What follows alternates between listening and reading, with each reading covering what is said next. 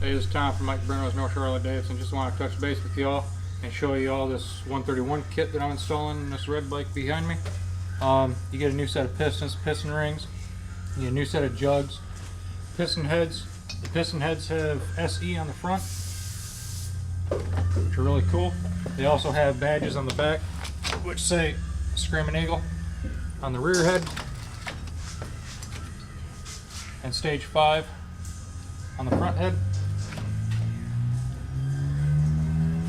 You get a new throttle body with it, along with new wide band injectors to spray more fuel in the combustion chamber. You get a high-powered oil cooler with a fan attached to the back to keep the oil cool.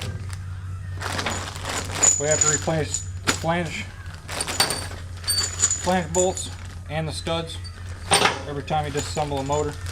If you don't, then stuff can break apart. You get a new gasket kit, of course, and then you also get a new header, which is over here. I'm not going to pull that out for you. And if you walk around the other side of the bike,